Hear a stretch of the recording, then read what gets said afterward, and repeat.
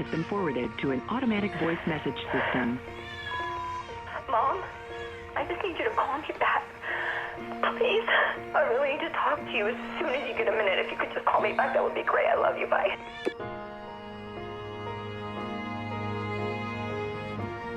I heard the voicemails that Carol left my mom the morning of May 20th. My mom, of course, didn't get these voicemails till later in the day.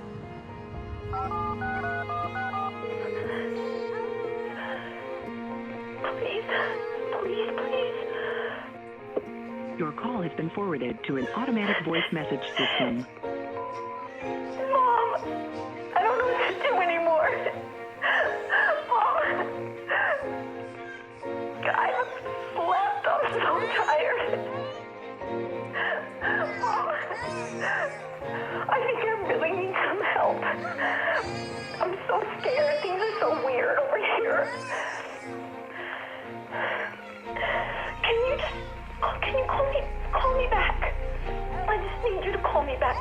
Okay, I love you. Bye.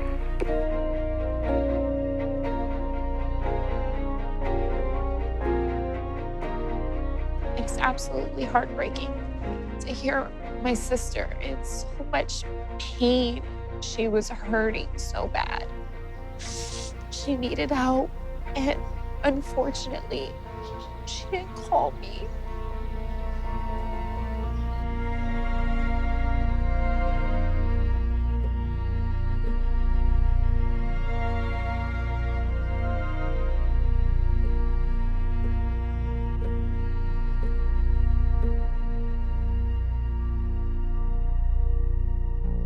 When I first heard that Carol harmed her daughters, I knew she was sick. I knew there's something wrong with her. She would never harm her child. You don't do this on purpose. Who in their right mind can do this to their own kids? Who? If there's a person out there, I hope I never meet them, but Carol wasn't that person to me.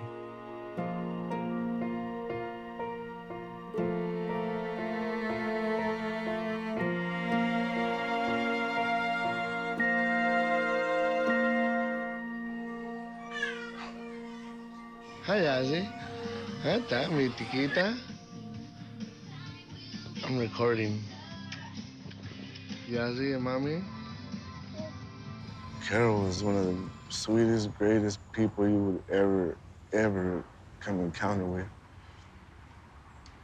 She was a great mom. She was always there for my daughters. Carol was extremely beautiful. She was not only beautiful, but she was also very sweet. She was very genuine. What you see is what you get with her. She's very gentle. Even her voice is very soft. I can't imagine Carol ever raising her voice.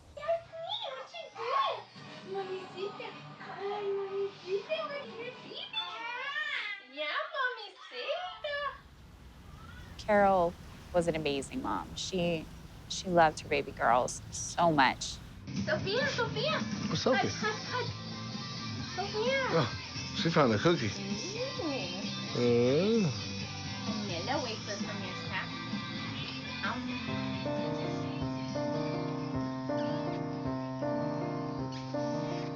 She always had either Yazzie or Sophie in her arms, right? So she adored her kiddos.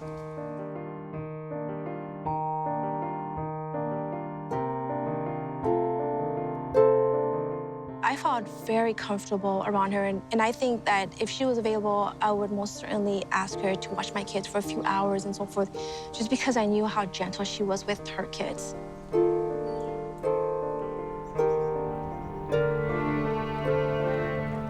There was times when my son would go out to her house and she would take him out to San Pedro to go see the boats. She took my kids, something that I've never even done. To this day, she took them out to go see the stars.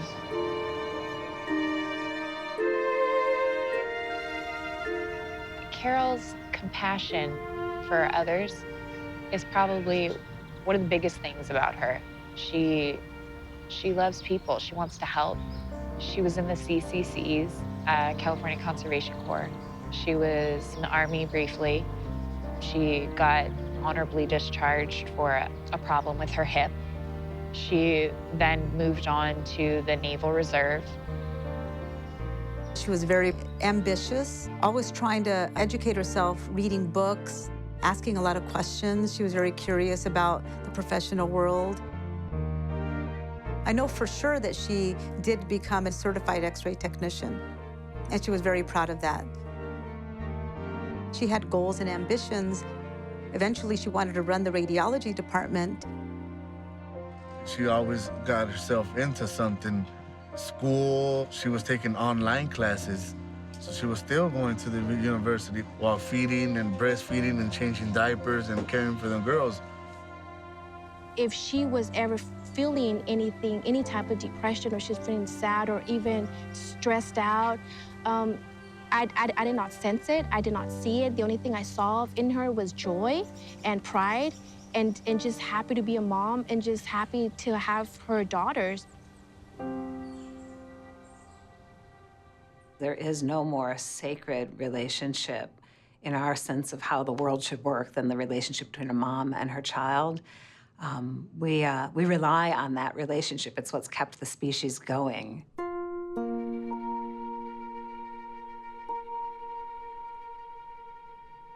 When we hear that a mother has taken the life of her child, we're horrified. The public is horrified. They see her as the devil. They see her as evil. The initial reaction is one of revulsion, one of anger. The actions so defy what we all hold as being the pinnacle of love, Madonna and child.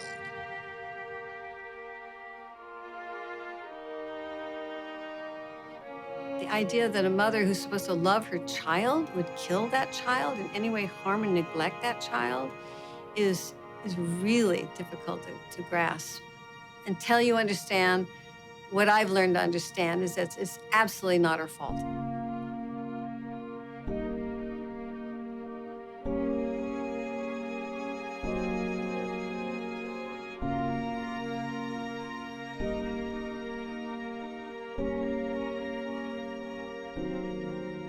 The numbers of women who suffer is shocking. It is horrifying. We now know that suicide is a leading cause of maternal death in the first year. Women are committing suicide, and we're not still addressing this as a major public health issue.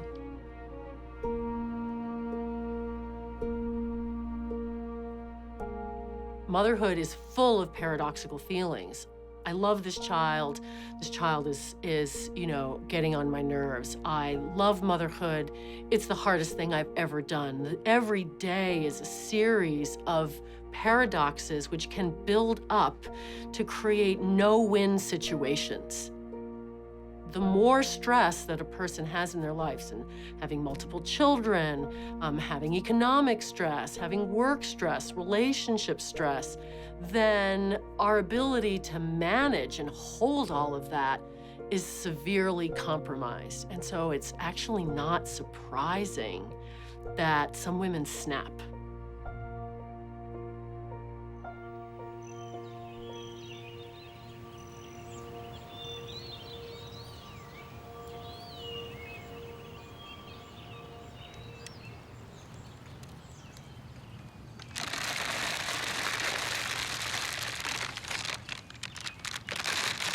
Always kind of get the same kind of colors for them. We used to kind of have colors for them. Sophie's color was purple. Yazi's color was yellow.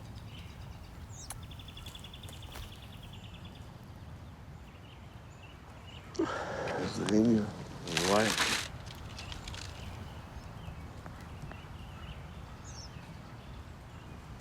They were what I loved the most in my life. I miss them so much. They were bright. Everywhere they showed up, they illuminated the place.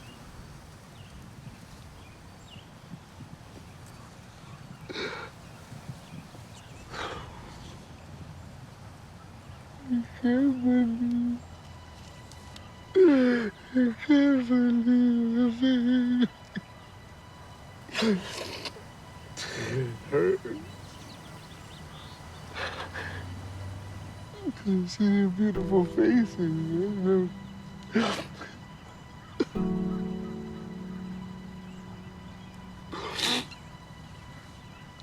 Oh my God.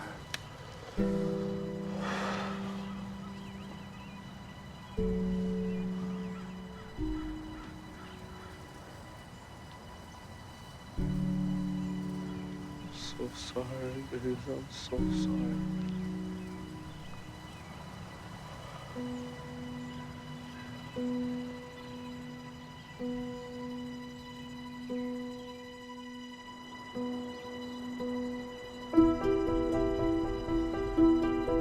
This afternoon, this driveway is where sorrow still lingers. Over here, you will find a growing memorial for 3 young girls who were found dead in a bed, and now their mother is facing criminal charges.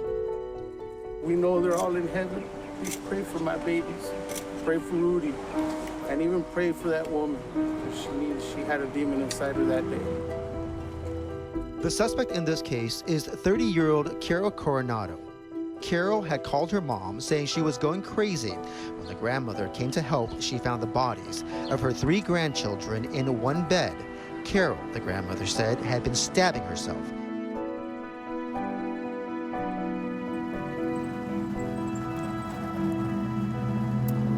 I go to the Twin Towers right now and go see Carol. She's housed in the medical ward inside the jail. Need to visit her about the upcoming trial we have.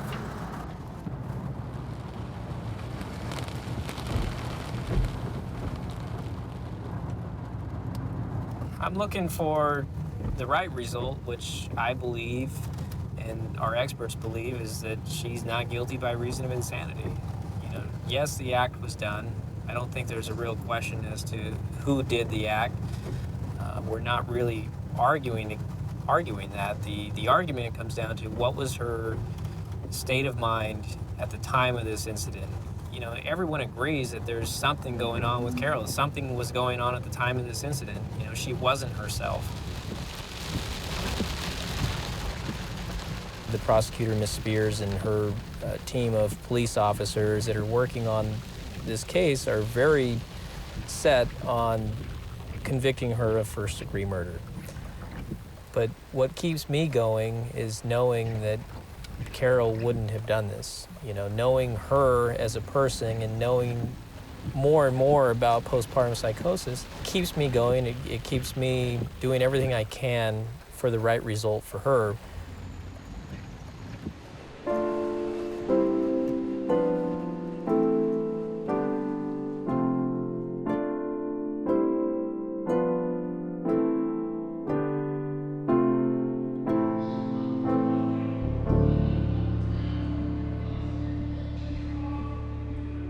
I met Carol Coronado upon her arrival at Twin Towers Correctional Facility roughly maybe 6 days after her crime. When I met her, she was similar to a catatonic patient. She appeared extremely depressed. She barely moved. We had placed her in a suicide gown, a Kevlar material. It's not comfortable. Most inmates ask right away, how long am I going to be in the gown? When do I get out of the gown? She didn't mention the gown. It's like it wasn't even there. She seemed very thin. She looked like she had not been eating. And even though she had just had surgery and had been given medications, you know, to help her sleep, it sounded like she hadn't slept in over a week, and she looked like it. The diagnosis that I gave her in layman's term is postpartum psychosis. There were 3 psychiatrists who had seen her in those first 5 or 6 days, and the consensus was that, this is a very sick patient. Also, I screened her for depression, and it did appear that she had had depression after both of her pregnancies, actually, and, wasn't treated. So that actually elevates her risk significantly during a 3rd pregnancy.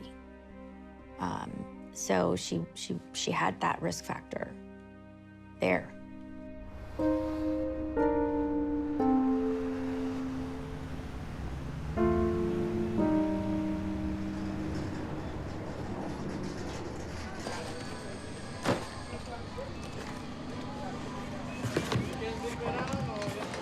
Here at the Alpine Village Swap Meet, I sell auto parts here.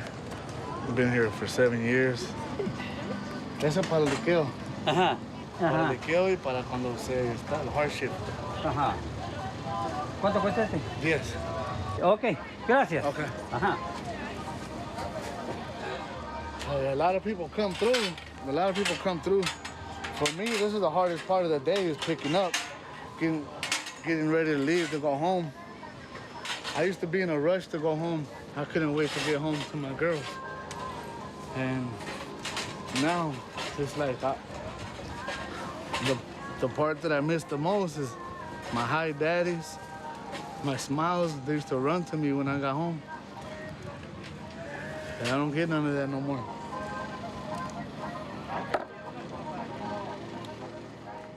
As a father, I was kind of raised to work, provide for your family.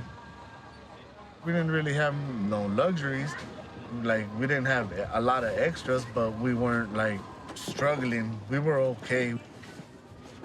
I love the fact of having to provide for my family, because that made me.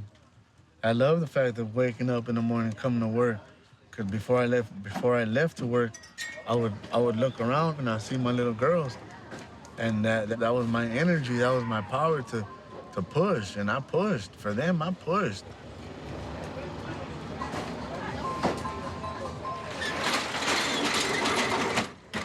It's hard for parents with 1 child, let alone 2, and then 3, and then back to back.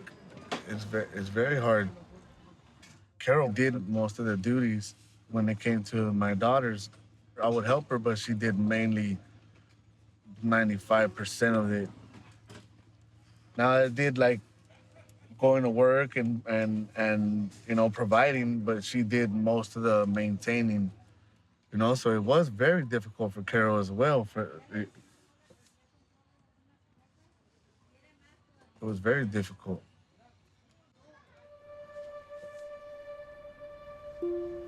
Carol's babies were very close together. Sophia and Yazzie were 14 months apart, and Yazzie and Xenia were only 13 months apart. Shortly after they got engaged, she found out she was pregnant, and she was so excited about it. She'd send pictures and tell me when her doctor's appointments were, and, oh, we gotta go see the baby today. She was always super excited about it.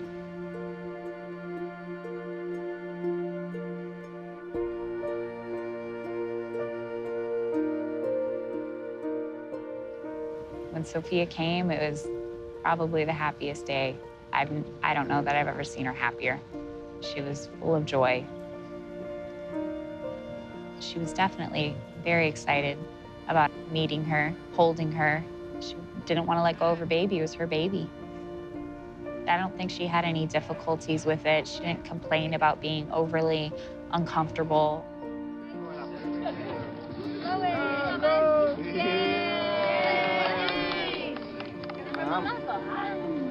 Big bite, big bite. Big bite, big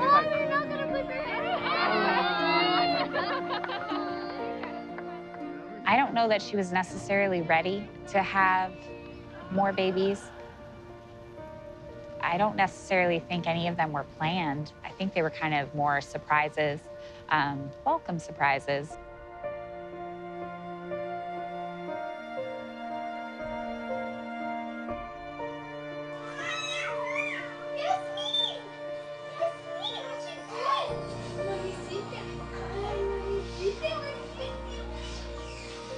when Carol became pregnant with Yasmin, she was having problems, maybe because they were too close together, I don't know. There was points where she was bent over and she couldn't get up in the kitchen. I had to help her up and put her in bed. I didn't notice any changes in Carol after Yazzie, other than the fact that she was tired, but you know, I'm a mom too. I'm tired all the time. She didn't seem sad. I mean, I know that she was very, very stressed because the kids were so close in age. My kids are 2 years apart, so I understood what she was going through when you have little kids. But she was always very patient. She would never yell at the girls. Do that one. Oh, yes. Good job, Sophia. Carol did confide in me that it was very difficult for her because she was trying to better herself. She was trying to finish her bachelor's degree. She was trying to do a lot of things that were already difficult as it was, and still trying to be a mother and a wife. When, you know, she was with the children all day, Rudy was working, and when he would come home, she would expect him to take over so she could try to do things, make dinner or study or do whatever she needed to do. But Rudy expected certain things. His mother was a stay-at-home mom, and so he expected dinner to be set and to take care of the kids, and he would go to work and come home and things should be done.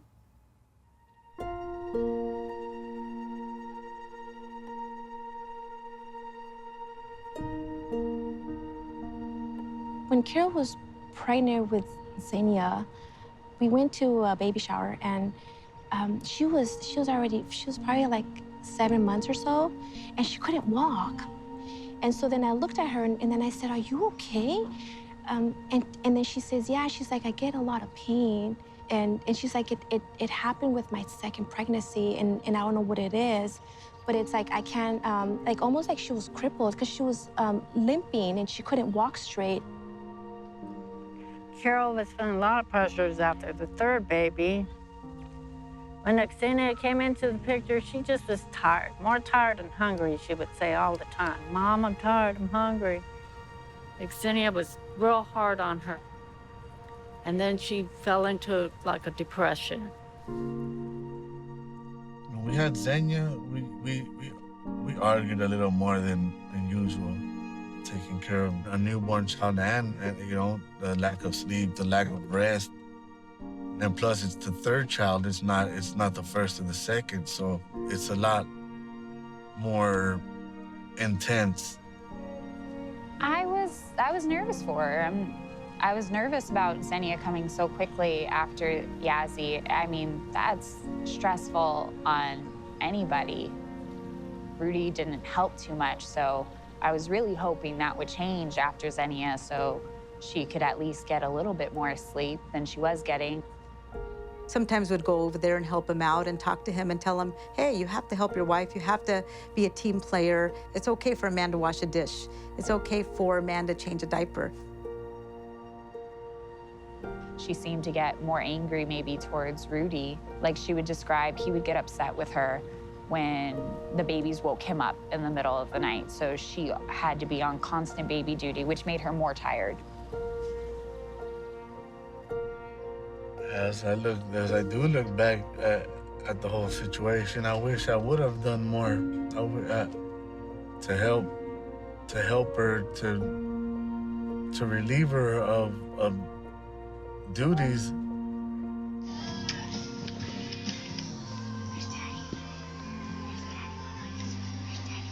Yeah, she was a good wife.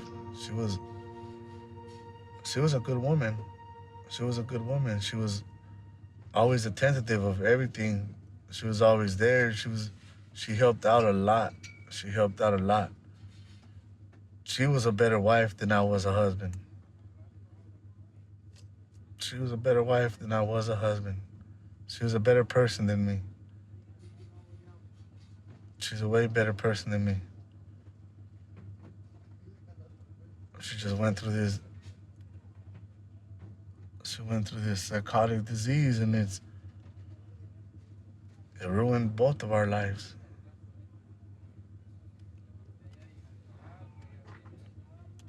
Perinatal illness knows no boundaries. It can strike anyone, rich, poor, male, female, it doesn't matter what culture you're from, what ethnicity, how old you are, no one is immune.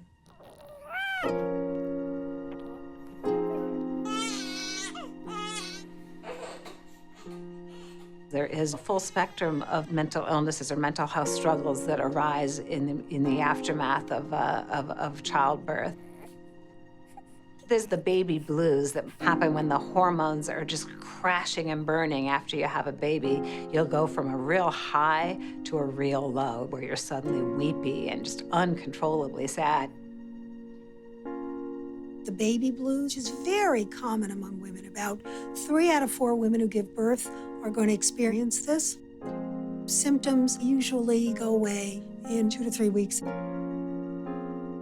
Aside from that, there's the more serious postpartum depression that sets in for a percentage of the population, and it's generally within the first 6 weeks. One of the hallmark characteristics of postpartum depression is the inability to sleep. Sleep deprivation is absolutely key. Sleep deprivation is used as a torture technique. And so sleep deprivation is one of the key risk factors.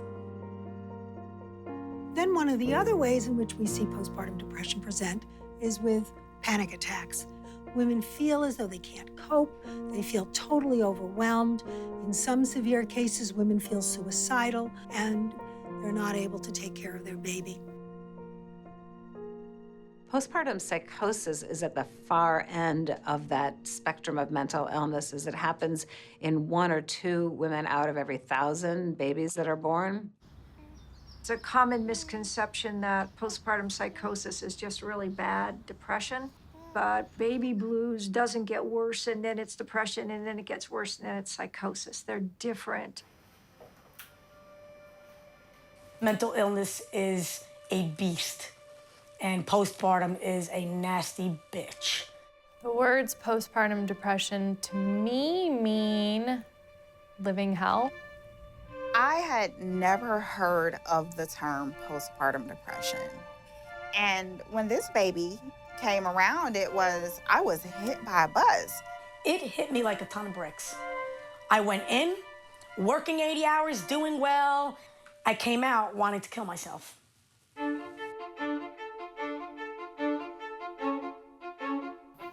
I noticed I was really irritable.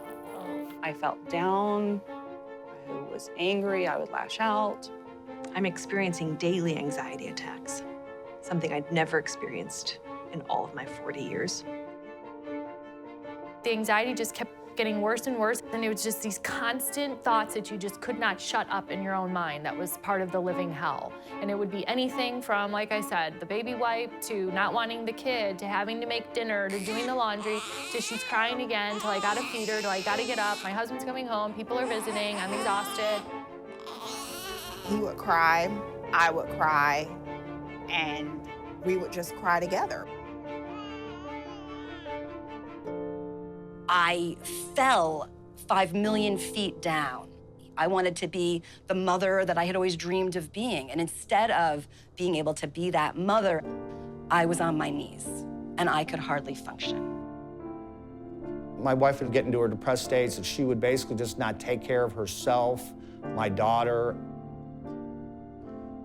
even the animals in the house, like the dogs and the cats wouldn't get fed. Like my daughter would be still in the same diaper since I left for work in the morning. I stopped eating. I lost 55 pounds in 2 months. But I also was really struggling with intrusive thoughts about harming my baby. I would be holding her and I would think, I wonder if I just banged her head into the counter. And then I'd be like, what do you mean? I don't want to bang her head into the counter. I would pass an electrical cord and I would suddenly imagine it around my baby's neck. I would pass a microwave. I would imagine putting the baby in the microwave. Any possible harm. These thoughts are alien to these women. It's not that they really want to do it. And in fact, they feel terrible. They are just tortured. I was horribly ashamed and really quite afraid of telling anyone. I kept the scariest of the images and thoughts to myself. And it was a horrible, deep secret. And all I could think of was, if I just close my eyes and go to sleep, she'll be fine. My husband and my mother are here to take care of her. I did my job. I brought her into this world. I am not equipped to take care of her. My job was just to be a vessel and bring her here. There's no way I can even try to take care of this young baby. Most women feel like they're going off the deep end. They have absolutely no idea what's happening to them. And again, the shame of feeling depressed at a time when you're expected to feel really happy tends to exacerbate the problem of postpartum depression. Women tend not to name it. They tend not to talk to their doctors or even their spouses about it. And we blame ourselves. And we think there's something wrong with us. And we silence ourselves. And the stigma piles on, and it piles on, and it piles on. And I'm not gonna say out loud that I don't feel connected to my child. I'm not gonna say out loud that I don't feel attached. I'm not gonna tell you that I'm terrified to be a mother, that I'm afraid that I made the worst decision, that my child would be better off without me. I'm not gonna say any of those things.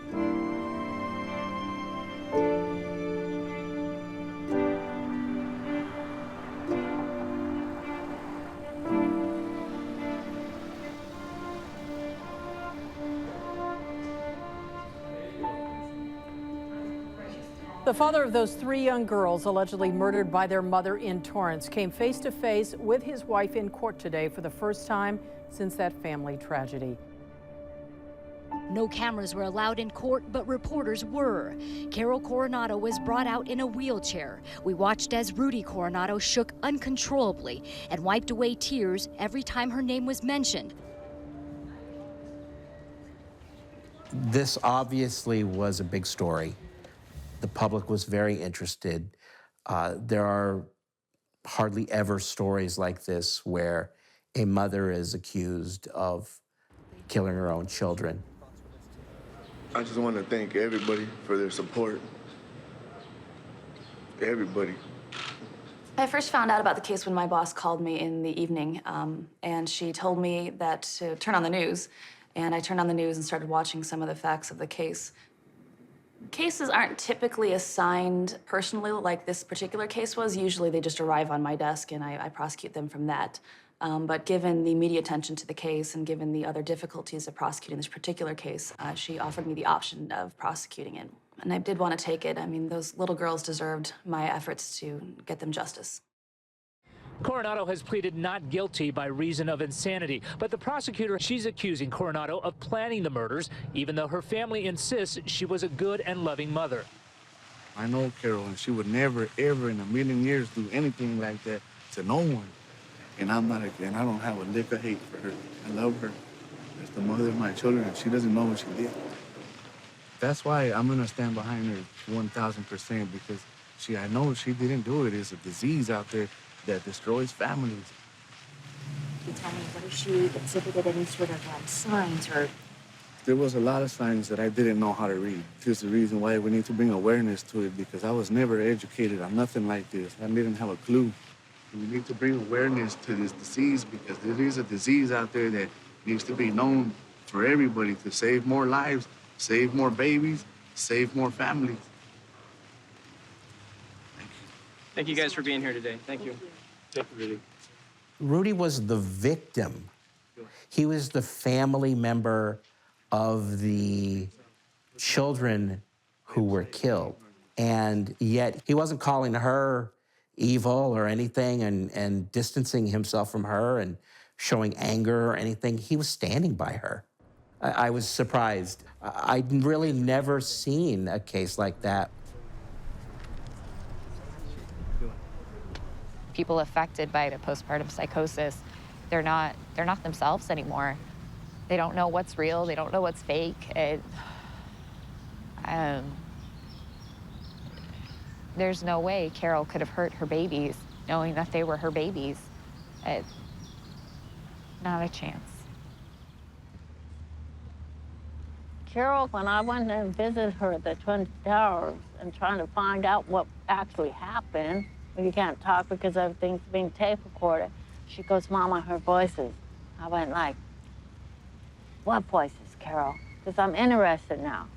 What voices? She just shook her head no, like, I can't tell you, Mom.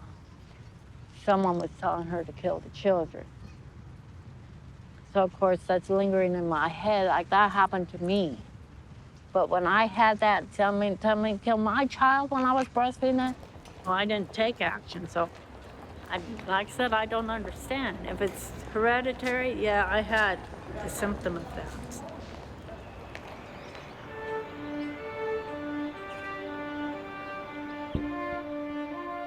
Postpartum psychosis is an awful illness to have.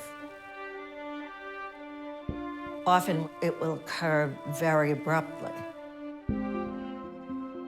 The symptoms include confusion.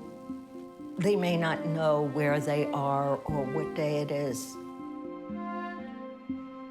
These are women who have a complete break with reality in that they are hearing voices or even seeing delusions, seeing things that aren't there.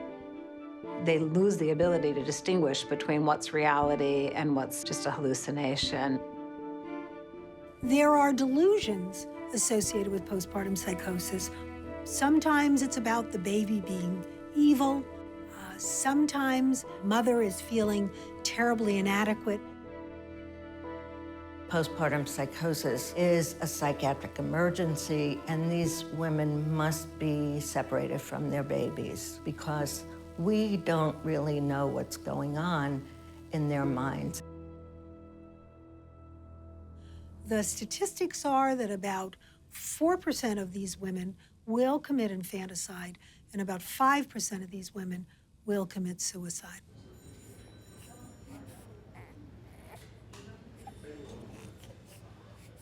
I've never heard about postpartum psychosis, nor were we ever spoken to about that after Shane was born. Postpartum psychosis, I had never heard of that. In fact, until I don't even know, 4, 5, 6 months ago, when I started looking into postpartum depression after my wife was dead. I suffered postpartum psychosis. I had it with my first child in 1980. During my first prenatal visit, when I saw my midwife, I told her I had done some pretty crazy things after Allison was born and I was hospitalized in the psychiatric unit. And her advice at the time was, you don't have to worry about that happening again. I had a daughter named Melanie who wanted a baby more than life itself. And when Melanie delivered her baby, she went into postpartum psychosis immediately. I had no idea how deadly it was. I had no idea how many mothers had killed their children under the influence of postpartum psychosis. I had no idea that I wasn't going to be able to save my daughter. Everything really was picture perfect until I stopped nursing Michael at 9 months. Little did I know that that was going to drive me completely insane, and that's what happened.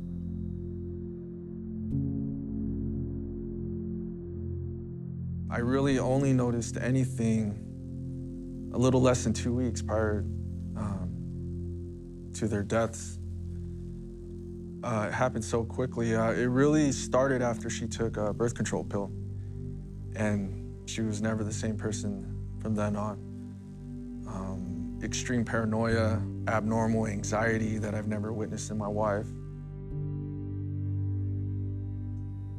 I started to think that Michael was the devil and that it was really my calling that I needed to drown him.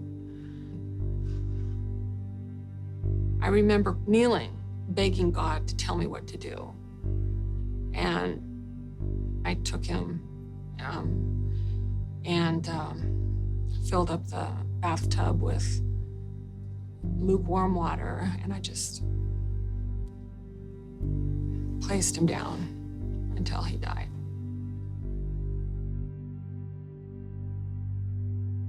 It seemed like Melanie was determined to die. She said, "Oh, Mommy, I'm such a bad mother. The baby doesn't deserve to have a mother as bad as I am, and I shouldn't live."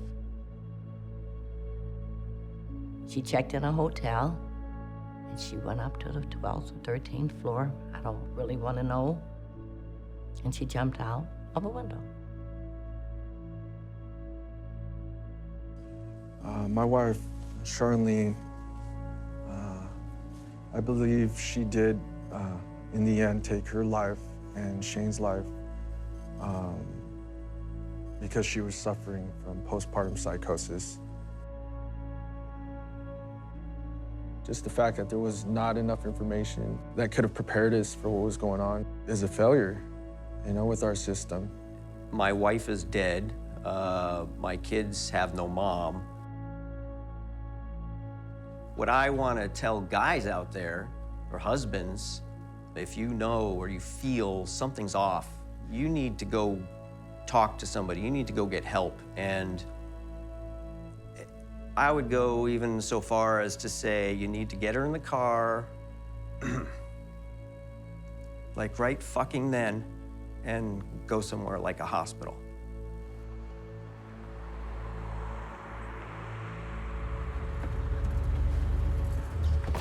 You want to go by Carol's house where she kind of grew up? Sure.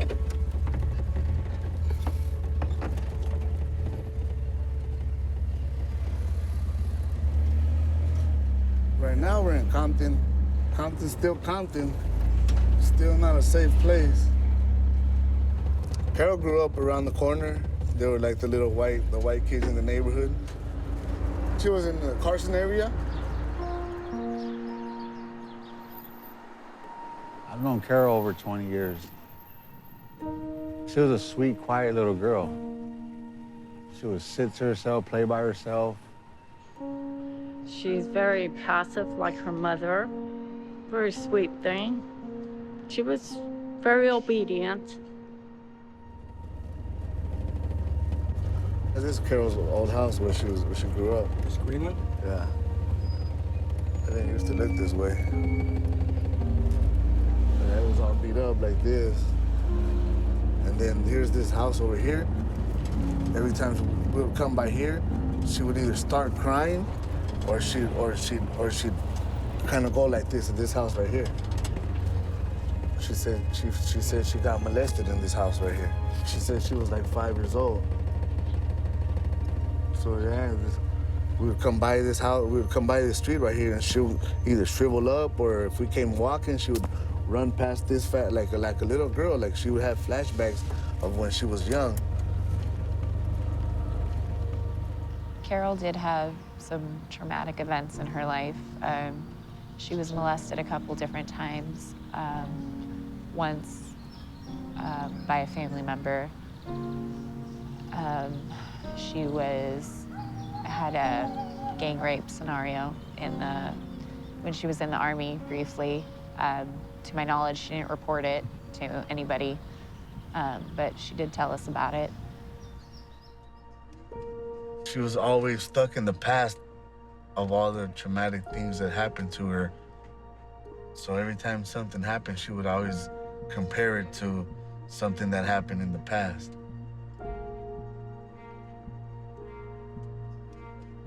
And her past, she was real fearful of.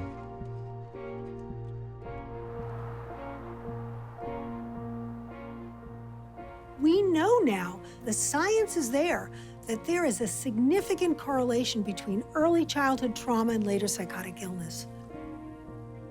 I think we have to look back at her psychiatric history, her trauma history, so that we can understand how did she get from this place where she gave birth to this child that she really wanted to the events that occurred. You know, what's so fascinating about this case, and tragic, of course, at the same time, is that there were 3 babies lost. Right. Not just one. And because it's 3 babies and not one, we vilify her 3 times as much. Instead of recognizing that that's a risk factor. They were all under 3, and what mom doesn't understand. And a woman with mental illness, a woman who was seriously mentally ill. I mean, you're familiar with Carol's case. You've spoken with Rudy. You're very well versed in, you know, her own trauma history. And it's like a textbook.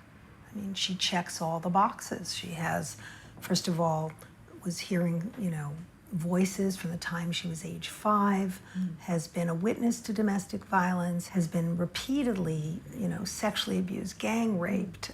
And so all of us can only withstand so much.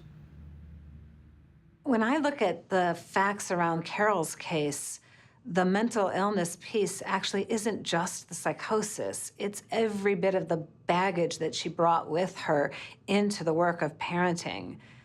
You know, who would have thought that it'd be a great idea to have a woman who had as much trauma as she did as a child at home by herself with a 2.5-year-old, a 1-year-old, and a newborn? I mean, who should be alone in the house with a 2.5-year-old, a 1-year-old, and a newborn for hours at a time? That's a prescription for disaster, and yet we expect this of mothers every day. I mean, who among us is so hardy and healthy and strong that we can go into parenting 3 little kids in isolation that way? It's a system that's set up for failure. The expectation that moms can do this alone and that they don't need support needs to change. It's that expectation that motherhood is a solitary sport that needs to be shifted. It's hard for any of us who haven't experienced this or lived with this firsthand to like understand how could this happen? Yeah. And yet at the same time, I think we can understand if we put ourselves in Carol's shoes. Maybe that could have been me. Like, I wasn't such a strong mom when I had my babies. It was so hard. So it could have been me. It could have been me. Now thinking back, knowing about postpartum, I see the signs now. She was getting depressed just about a month or 2 before the incident. Her eyes were drooping, and she just kept saying, "Oh man, Robin, I'm so tired." She would just describe her nights.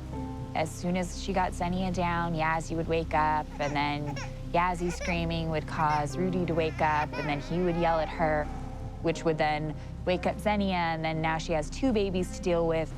It was rough. I told her, I was like, you need to get him to help you. In May, I sensed that Carol was was very overwhelmed. She was depressed. She was trying to do the best she could. She was trying to help put the girls in daycare and go back to work, because that was the only way that she would be able to further her annual salary. She didn't like where they were living. They were living in a back house that was a garage converted into a room, you know, a room and a half. It was very small. It wasn't a place for the girls to play in the front yard. Given the childhood that she dealt with, she wanted more for her children. She wanted to give them a safe environment to grow up in. Her children were her motivation. The week before my son's birthday party, she was there. She only had the baby because Sophia and Yazzie were with their godmother. She's like, oh, I'm just so tired. I just needed some help. She was there physically, but it didn't seem like she was there mentally. She was rude. She didn't hold Xenia. It seemed like she was not Carol. Days before it happened, she was acting weird, going outside and shutting off the power to the house. One day she jumped on me. The day before she jumped on me. And she was not a violent person. She's not a physical person. The the day before when she was at my house. Even the look in her face, her eyes were dilated. I remember telling my daughter, her eyes look funny. But never have I imagined that they were funny because something she was going through.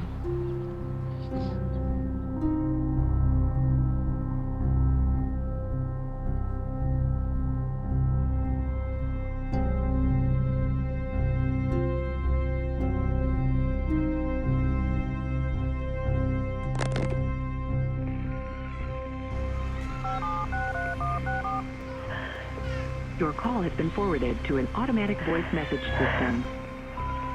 Mom, I just need you to call me back, please. She was acting weird since the morning. Since we woke up, she was acting weird. She woke up, screamed like a crazy person. You know, and I didn't know how to deal with it or how, so I just kind of walked out and called her mom. I feel guilty about that day because I couldn't answer my phone. I was driving school buses. And it kept ringing and ringing and ringing.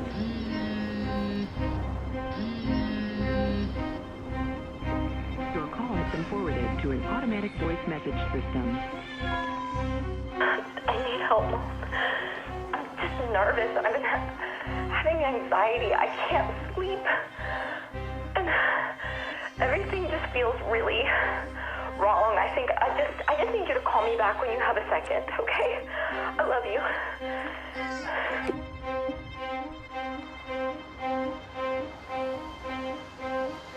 The day of, I was supposed to watch the baby.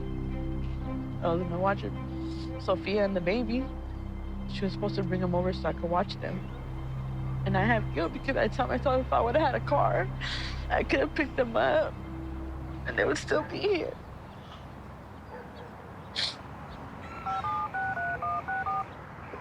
Your call has been forwarded to an automatic voice message system. Mom, if you could call me back, I think I really need some help. We had a really big fight this morning and I don't know what to do anymore. We're running out of money and I haven't slept. I'm so tired. In the afternoon, I was outside working in a car. In the afternoon, I went to the auto parts to get a part for the car. But before I left, I called her mom again and told her that she was acting weird. Carol was acting real weird. I get off work at 4:15. I parked in the driveway. I went in the house, and she's new. But I said, Carol, you okay? The girls were dressed, all three laying on the bed, and I thought they were all three asleep. I said, oh, and I hugged her. How was your day, Carol? Oh, it wasn't a good day, Mom. Her mom called, screaming at me across the street. And she didn't want me to go in the house. She told me, Carol, I killed my daughter. Then I went inside. See my little girl's dead. Carol was naked holding a knife. And I wanted to kill her. I wanted to kill her. But I don't know what stopped me. She backed up and went around that bed. She did have a knife in her hand. She was an animal backed up in a corner. That's how I'm gonna say it. She's going, come on, look at me and Rudy. I never seen my daughter act like that. She's up on her haunches and three kids, the three children there, and she went like this. She took a breath, she lifted up her left breast, and she stabbed herself. Carol had a pretty significant suicide attempt. She actually ruptured the sac around her heart. So she got pretty close, actually, to her heart. So that tells us she wanted to die right away.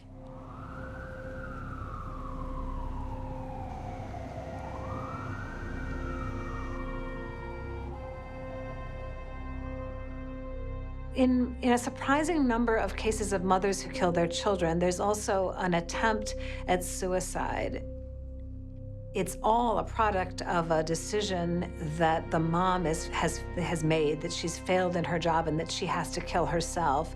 And then this, again, distorted thinking about what a good mom would do if she's actually going to kill herself, which would be to protect her children by taking them with her. And it's a pattern that is not always recognized because the crime of killing the children is so heinous and shocking that we ignore the suicide attempt. We just sort of, it was like not even a serious attempt. But we actually strip ourselves then of the ability to understand these cases, that the genesis of the crime comes from the mom's decision that she can't go on anymore.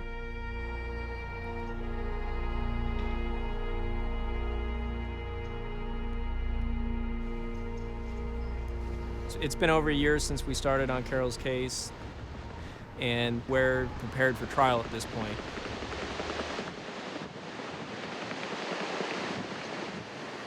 Well, it's a big case. It's an important case.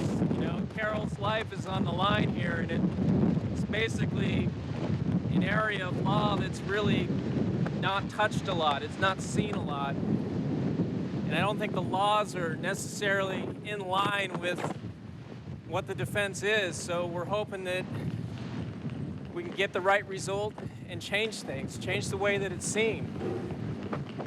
And maybe things will change in the future. That's what we're hoping. We're hoping for a change in the law.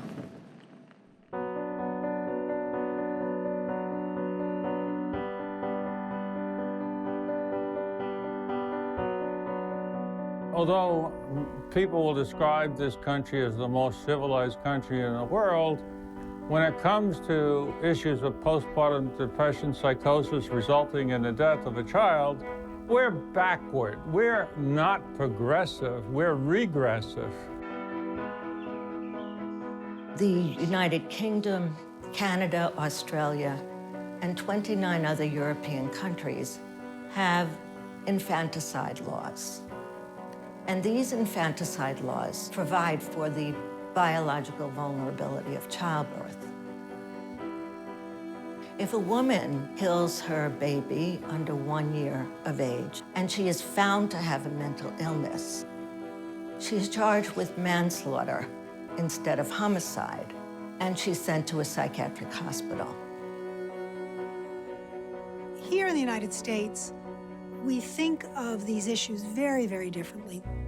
And the laws are in direct conflict with how we think about psychosis and what we know about postpartum psychosis as mental health professionals.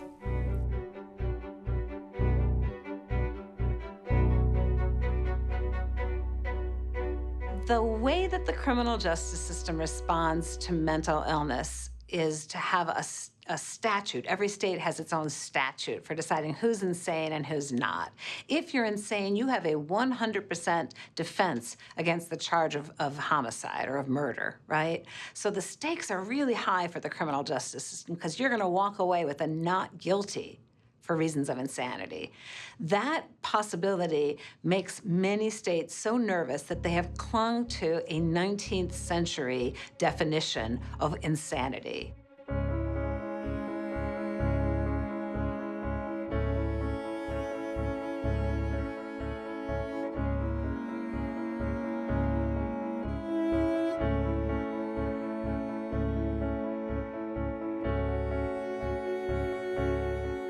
About half of our states have something called the McNaughton Statute. And what that states is that in order to be found mentally ill, the person did not know right from wrong at the time of the crime. These laws assume that a person who is in the throes of deep mental illness is actually capable of thinking logically about right and wrong. And from the medical point of view, by definition, somebody who is in the throes of this profound psychotic episode is not capable of rational thought. Our doctors laugh at it when we tell them, oh, this is how you decide who's insane and who's sane.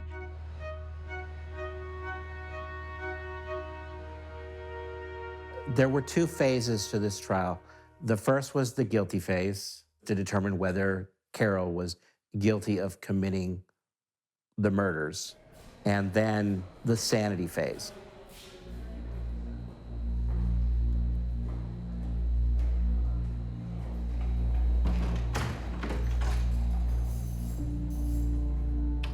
Let's go ahead on the record now. People versus Coronado. Ms. Coronado is present, represented by Mr. Allen, and we have Ms. Spear here for the people. Certainly, this is one of the most heinous crimes I've seen, and I've seen quite a lot in 10 years. But those little girls, they were absolutely slaughtered. I actually went to the girls' autopsies, and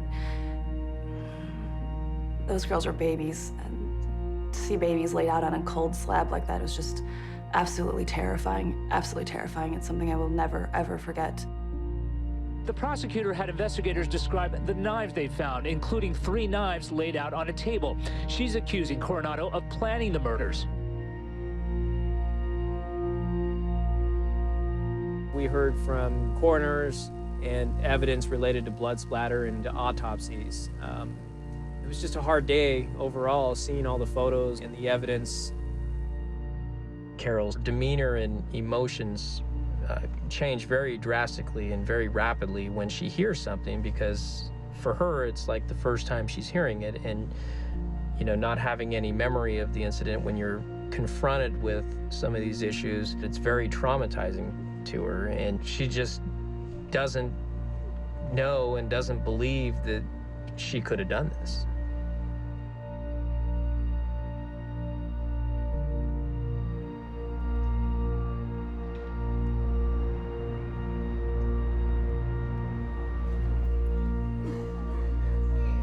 We got to court this morning. We were supposed to go right into our closing arguments, but Carol had some type of psychotic break. She's confused. She's asking for her mom, asking for her kids, and asking for Rudy. At this time, the court reporter cannot hear Mr. Allen. Make a record because of the disruptions by Ms. Coronado. At this time, the court is going to order that she be removed from the courtroom. Stop! Stop saying my name! While you're doing that, go ahead and make a record. Your Honor, during the course of the morning, my client became more despondent. Let me talk. I need to talk. More withdrawn, confused, incoherent, and her overall behavior has altered. I need Ms. Coronado. Stop moving the table. All right, let's go ahead and remove her. Stop! Remove her from the court, please. Mr. Allen, you may continue with your record. Mr. Allen, you may continue with your record. She was lifted and removed by handcuffs. They lifted her off the ground. She screamed through the hallway. It was terrifying. I've never seen her like this before. I don't believe she understands the nature of why she's there anymore. She's having a severe psychotic break. I declared a doubt as to her competency, and the judge didn't find substantial evidence of that today.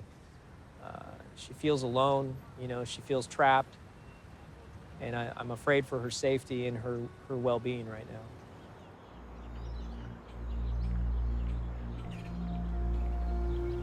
People versus Carol Coronado, BA 425234. The court finds as follows.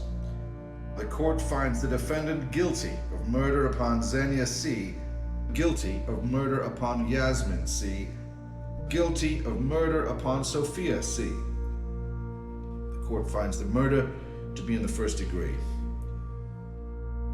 Carol Coronado gave up her right to a jury trial, instead deciding to have a judge decide her fate. Today, that judge decided that she was guilty of first-degree murder in the deaths of her 3 young daughters. During her last court appearance a week ago, Coronado had a breakdown and had to be dragged from the courtroom, kicking and screaming and crying out for her mother, husband, and children. Do you have a couple minutes? Yeah. Okay. Let me just ask you can you give us just your impression of the judge's decision today? Your attorney was saying, it was not really unexpected, the decision today. She physically did the action, but she mentally didn't do it. She lost her mind. She lost her mind. It tears me apart because it's my little girls that I lost. I lost my whole family. My three little girls. And Carol, she didn't mean to do that. I strongly believe that. The sanity phase of the trial, that begins tomorrow. Now, since the DA is not seeking the death penalty in this case, the sanity phase will decide whether Carol Coronado spends the rest of her life in prison or is sent to a mental hospital.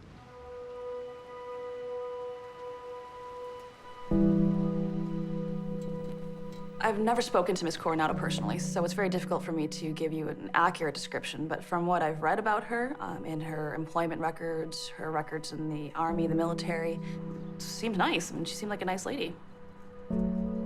I don't know that I can tell you exactly how you get from being this nice lady to committing these types of heinous crimes.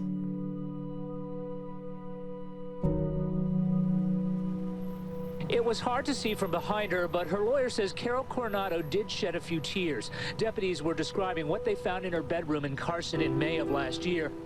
When one deputy saw her, he said, quote, she just had a blank stare on her face. Another said, quote, I don't know if she knew we were there or not.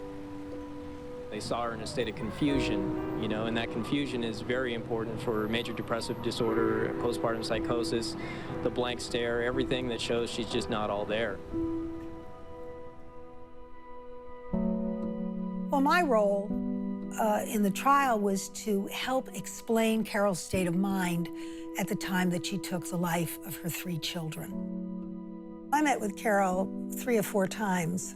It was very clear to me that with the birth of each of her children, her perinatal mental illness became more and more severe.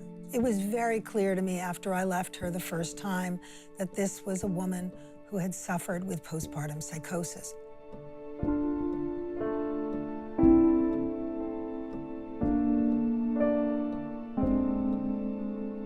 I saw Carol at Twin Towers Correctional Facility once a week over the course of about a year. In my professional opinion, Carol Coronado was psychotic at the time of her crime. The 2 psychiatrists who saw her in the first few days both, said she was psychotic. I mentioned in trial that we kept her on suicide watch for over a year in a gown with 24-hour one-to-one observation, and her risk for suicide was one of the highest, if not the highest at the time at Twin Towers, for any of the 15,000 inmates. You're looking at somebody who is in need of severe psychiatric treatment.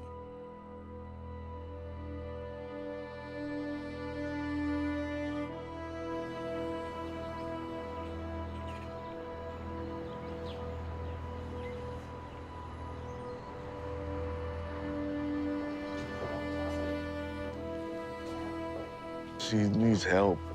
She belongs in somewhere where they can get her help.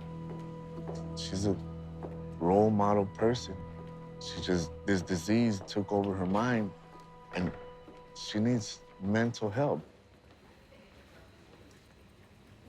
The court finds as follows. The record should reflect that the court did consider Rule 4.423, subsection B, subsection 2, that the defendant was suffering from a mental or physical condition that significantly reduced culpability for the crime. The difficulty the court had with that rule was that although the court found the defendant was suffering from a mental or physical condition, the language significantly reduced culpability is something where the court believed it lacked. She is ineligible for probation, and probation is denied.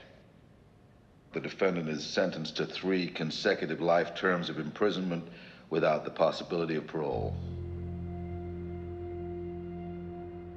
And a South Bay mother is going to spend the rest of her life behind bars for murdering her 3 daughters. Her lawyer says she suffered from postpartum psychosis. Well, today the judge said that he believes Coronado needs treatment, but he said, quote, that treatment will have to be in state prison. I can't tell you why the judge wasn't able to understand the role that mental illness played in Carol's case. It just doesn't seem like a just outcome to me. I don't know how it's serving justice really at all to have her spend the rest of her life in prison.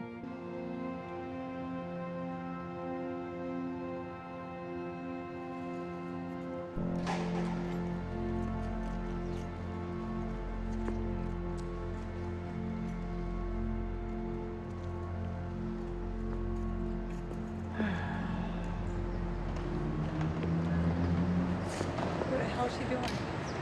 Not good. She told me to tell the family that she loves you guys and it's not your fault. I failed, you know, I failed Carol. I don't know what else I needed to do, you know? I mean, obviously I respect the judge and his opinion, but he got it wrong.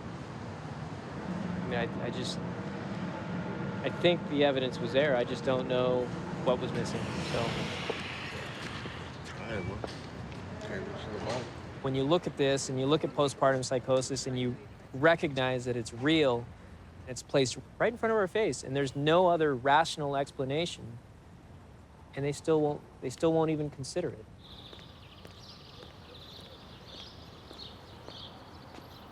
This incredibly difficult case of Carol Coronado shows the need for there to be a law.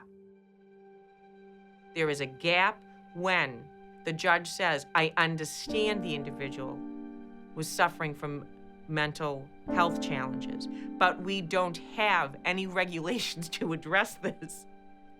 And you're gonna rot in a jail cell for the rest of your life, and we're not gonna address the actual issue, makes no sense to me as a civil society. We failed her twice. We failed her twice. When she reached out and knew she needed help, we weren't there for her. And then to know that she's facing a life in prison is gut-wrenching, and we have two broken systems, a broken medical system and a broken legal system.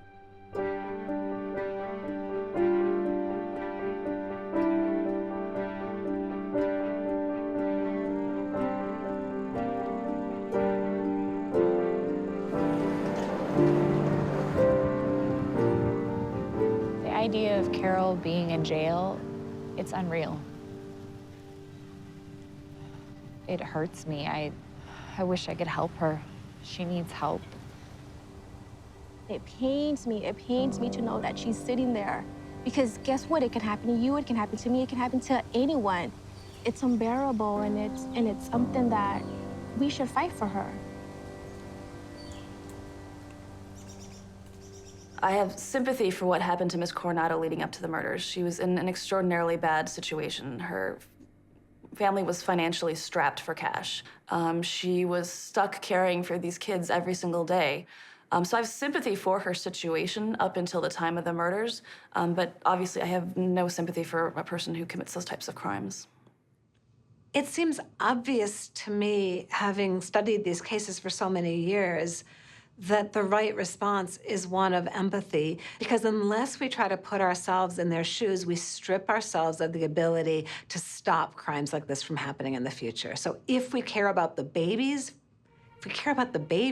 then we need to actually put ourselves in her shoes and figure out what she would have needed in order to be able to succeed at parenting under these circumstances. I am not spending my life behind bars. I think I've been given a great opportunity. After I lost Michael, I was tried by a judge who found me not guilty by reason of insanity. I went back to school. I got my master's degree in nursing. I wrote my thesis on screening for postpartum mental illness. I think my story is one of hope.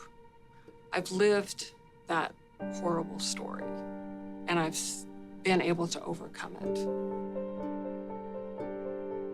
My wish would be that we could look at these women differently, and that we stop blaming women and punishing them for an illness without recognizing that they are truly ill, and that it is the illness that's driving their behavior, not them.